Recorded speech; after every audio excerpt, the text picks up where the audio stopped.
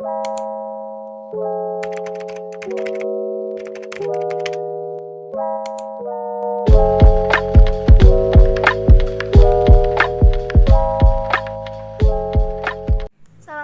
warahmatullahi wabarakatuh. Perkenalkan, saya Nurina Zematul Milah, mahasiswi Universitas Baqi Susada Tasikmalaya, Fakultas Ilmu Kesehatan, Prodi D3 Analis Kesehatan. Di sini saya akan sedikit mempresentasikan atau menjelaskan tentang analisis racun.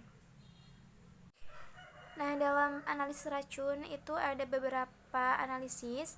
Yang pertama ada analisis pendahuluan atau penepisan, yaitu analisis kualitatif dapat berupa tes atau reaksi warna terhadap materi biologis seperti urin, darah, dan lain-lain.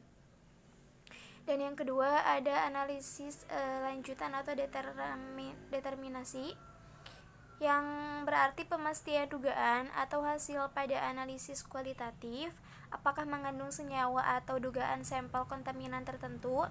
Nah, biasanya dilakukan dengan pemeriksaan KLT atau spektroskopi. Yang selanjutnya itu penetapan kadar toksikan serta metabolitnya menggunakan HPLC atau gas kromatografi performa kinerja tinggi. Yang selanjutnya yaitu ada proses laboratorium dalam analisis racun. Yang pertama ada praanalitik. Di dalam praanalitik ini ada beberapa hal yang harus diperhatikan. Yang pertama yaitu jumlah sampel harus mencukupi. Jadi usahakan sampel itu harus cukup ya, jadi tidak boleh kurang. Yang kedua ada wadah inert. Inert itu tidak bereaksi, jadi jika tidak menimbulkan bahan kontaminan dari wadah sampel kepada analis pemeriksaannya. Yang ketiga ada transportasi yang aman. Jadi jika mengambil sampel jaraknya jauh, maka kita harus memastikan sampel yang akan diperiksa aman selama di perjalanan dan tidak boleh menimbulkan kerusakan. Terus ada penerimaan dan penyimpanan. Jadi kita harus memastikan supaya sampel itu bisa dalam kondisi yang aman selama penyimpanan. Yang selanjutnya ada prioritas analisis untuk menentukan mana yang terpenting dalam suatu analisa. Nah, setelah proses ini dilakukan, ada selanjutnya yaitu tahap analitik. Di tahap analitik ini ada validasi atau akurasi dan presisi. Nah, tentu sangat beda antara akurasi dan presisi. Kalau akurasi itu hasil yang mendekati nilai normal, kalau presisi itu kita memeriksa sampel yang sama secara berulang-ulang, tetapi hasilnya tidak beda jauh. Jadi sudah terlihat kan antara akurasi dan presisi itu tidak sama. Terus ada waktu yang sesuai dengan kondisi klinis, yaitu waktu yang sesuai dengan metode itu seperti apa.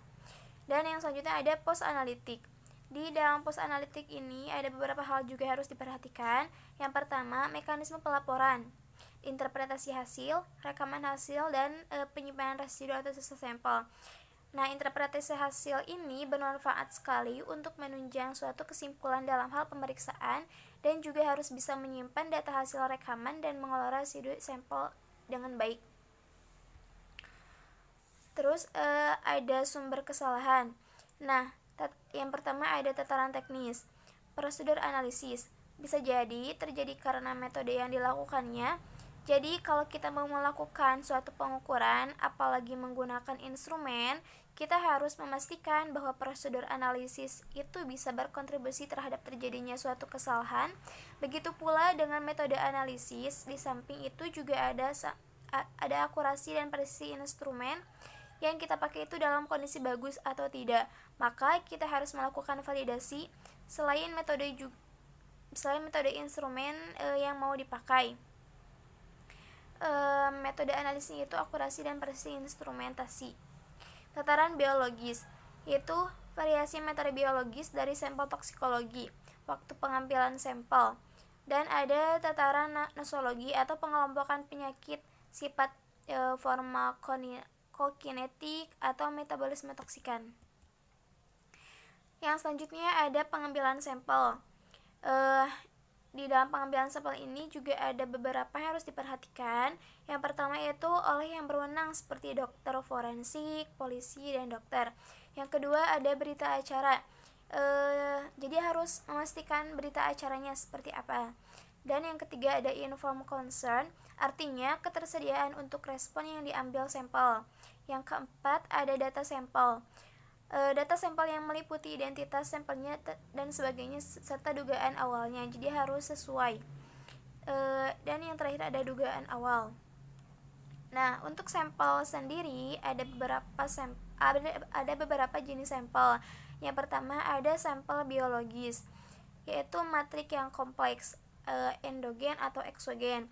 Jadi harus memperhatikan agar tidak terjadi penguraian dari analit.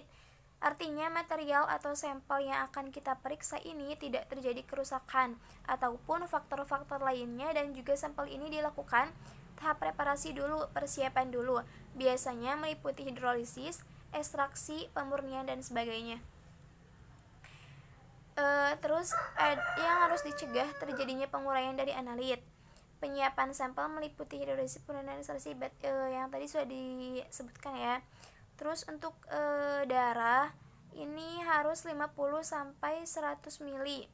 Untuk sampel darah ini kita bisa diambil di 50 sampai 100 ml. Kemudian untuk urin itu 100 ml.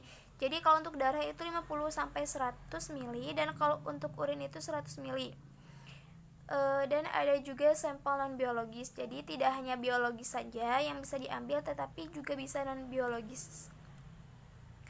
Nah, untuk wadah ini wadah juga harus ada beberapa kriterianya. Yang pertama itu harus gelas atau plastik inert yang tadi, jadi yang tidak bereaksi dengan sampel. Yang kedua bermulut lebar. Yang ketiga dapat ditutup rapat. Dan yang keempat bersih dari zat kimia. Nah, pengawet. Jadi untuk mencegah kerusakan atau deteriorasi bisa ditambahkan dengan alkohol 96%, es batu atau dry ice, no fluoride, merkuri nitrat, dan bahan pemeriksaan terendam dalam pengawet. Kesalahan yang dapat terjadi, ini juga ada beberapa kesalahan yang dapat terjadi, yaitu yang pertama, tempat BB tidak bersih, BB terkontaminasi, BB rusak atau busuk, BB terlalu sedikit, pengambilan BB tidak pada tempatnya, BB tidak berlabel atau bersegel, dan chain of evidence kurang baik. Nah, isi label. Jadi ini juga sangat penting di dalam identitas ya. Yang pertama itu identitas korban itu harus sesuai dalam segi penamaannya, jenis kelaminnya, itu juga harus tidak boleh tertukar. Yang kedua ada jenis dan jumlah bahan pemeriksaan. Yang ketiga ada bahan pengawet yang dipakai, jadi bahan pengawet apa saja yang dipakai. Terus ada tempat dan saat pengambilan bahan. Terus ada pembungkusan atau penyegelan.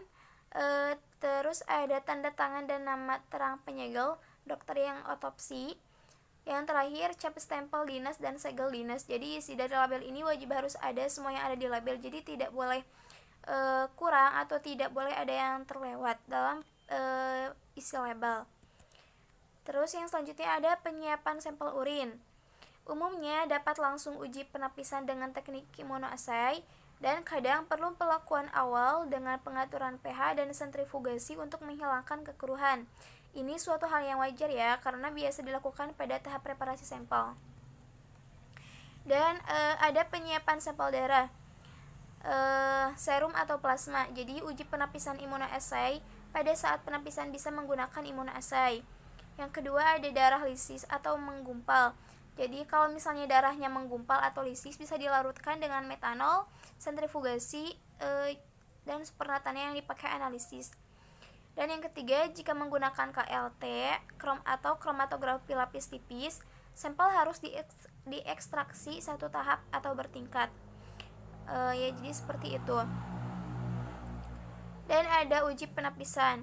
Uji penapisan ini dilakukan dengan kromatografi lapis tipis. Sering digunakan karena murah dan mudah, tetapi dalam sensitivitas kurang begitu bagus.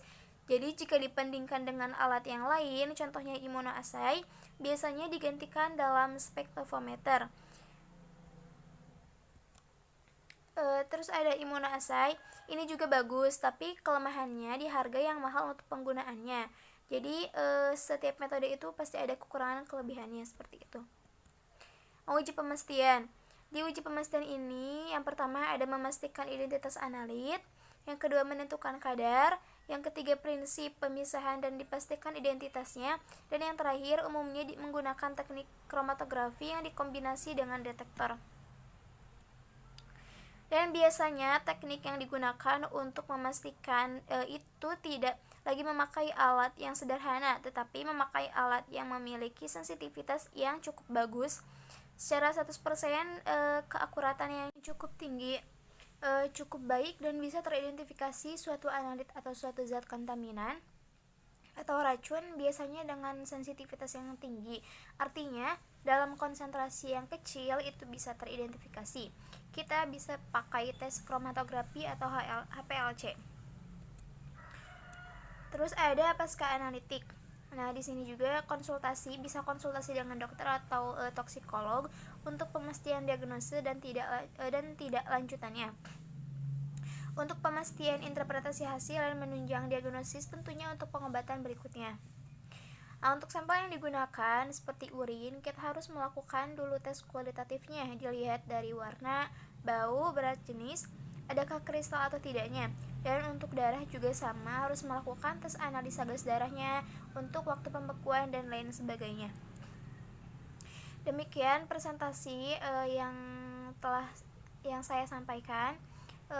Kurang lebihnya mohon maaf. Sekian dan terima kasih. Wassalamualaikum warahmatullahi wabarakatuh.